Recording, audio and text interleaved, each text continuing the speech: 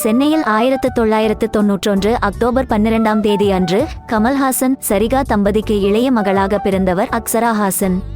2004 கமலும் சரிகாவும் விவாகரத்து பெற்ற நிலையில் தனது தாயாருடன் மும்பையில் அக்ஸரா வசித்து வந்தார். சென்னை, மும்பை, பெங்களூரு என பல இடங்களில் பள்ளி பருவத்தை செலவிட்ட அக்ஸரா ஹாசன் 10ஆம் வகுப்பில் தோல்வியடைந்துள்ளார். 2 முயற்சியிலும் தேர்ச்சி பெறாத காரணத்தால் தனக்கு படிப்பு வராது என்பதை முடிவு செய்துள்ளார்.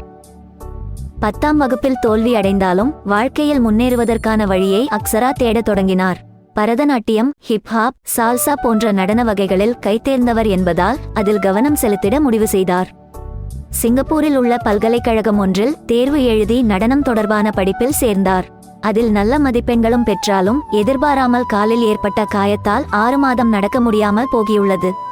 இதனால் டான்சர் கனவில் சறுக்கல் ஏற்பட்டுள்ளது. அக்ஸராவுக்கு அவரது தந்தையைப் போல் கடவுள் நம்பிக்கை கிடையாது. ஆனால் புத்தரின் போதனைகள் பிடிக்கும் என பேட்டி ஒன்றில் கூறினார். அவர் மதம் மாறியதாக தகவல் வெளியான நிலையில் அதற்கு மறுப்பு தெரிவித்தார். அக்ஸரா திரைப்பயணத்தை மும்பையில் தான் ஆரம்பித்தார்.